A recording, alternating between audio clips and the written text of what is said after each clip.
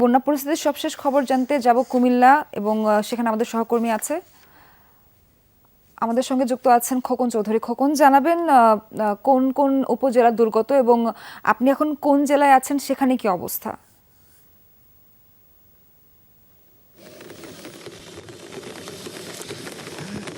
আসলে কুমিল্লা বেশ কয়েকটি উপজেলা কিন্তু ইতিমধ্যে প্লাবিত হয়েছে, বিশেষ করে গতকাল রাত থেকে।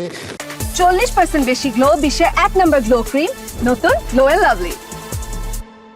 তবে সবচেয়ে বেশি যে প্লাবিত হয়েছে চৌদ্দগ্রাম উপজেলা এবং নাঙ্গলকোট, এছাড়া আদর্শ সদর উপজেলার যে শহরতলিগুলো রয়েছে সেখানে, এছাড়া বুড়িচংয়ে বেশ ক্ষয়ক্ষতি হয়েছে। অর্থাৎ এই উজানের পানি এসে কিন্তু ভারতীয় ঢলের যে পানি, তার সঙ্গে তো গত 3 দিনের টানা বৃষ্টিপাত রয়েছেই, সব পানি মিলিয়ে কিন্তু আসলে প্রতিটি এলাকায় পানি প্রবেশ করেছে। আমি কিছুক্ষণ আগেও চৌদ্দগ্রাম উপজেলা ঘুরে এসেছি, সেখান থেকে যে বিষয়টি দেখেছি যে আসলে প্রচুর পরিমাণ ভারতীয় পানি ঢুকছে, অর্থাৎ কাকরি নদী দিয়ে কিন্তু পানি ঢুকছে। এছাড়া যে গুমতি নদী তো আগে থেকেই পানি ভরপুর অবস্থা রয়েছে। সব মিলে আসলে কুমিল্লা শহরটি যেমন ঝুঁকিপূর্ণ রয়েছে, আশেপাশের যেই উপজেলাগুলো সেগুলো কিন্তু আসলে ঝুঁকিপূর্ণ অবস্থানে রয়েছে। বিশেষ করে বুড়িচং উপজেলার বেশ কয়েকটি এলাকা কিন্তু ইতিমধ্যে প্রচুর পরিমাণ প্লাবিত হয়েছে এবং সেখানে কিন্তু আসলে বিশেষ করে প্রত্যেকটি উপজেলারই কিন্তু যারা বিশেষ করে মৎস্য চাষি রয়েছেন, তাদের যে মাছগুলো কিন্তু ভেসে গেছে এবং বাড়িঘরে পানি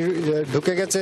সব মিলিয়ে আসলে যে সাধারণ মানুষের জীবনযাপন কিন্তু দুর্বিষহ হয়ে পড়েছে। অনেকেই ইতিমধ্যে আশ্রয় কেন্দ্রে আশ্রয় নিয়েছেন, আসলে অনেক মানুষ নিতে পারেনি যেহেতু আসলে জায়গারও সমস্যা।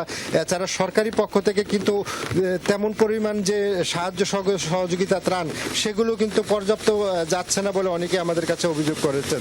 তো সব মিলিয়ে খোকন, বুঝতে পেরেছি। পরবর্তীতে আবার আপনার সঙ্গে সংযোগ স্থাপন করব।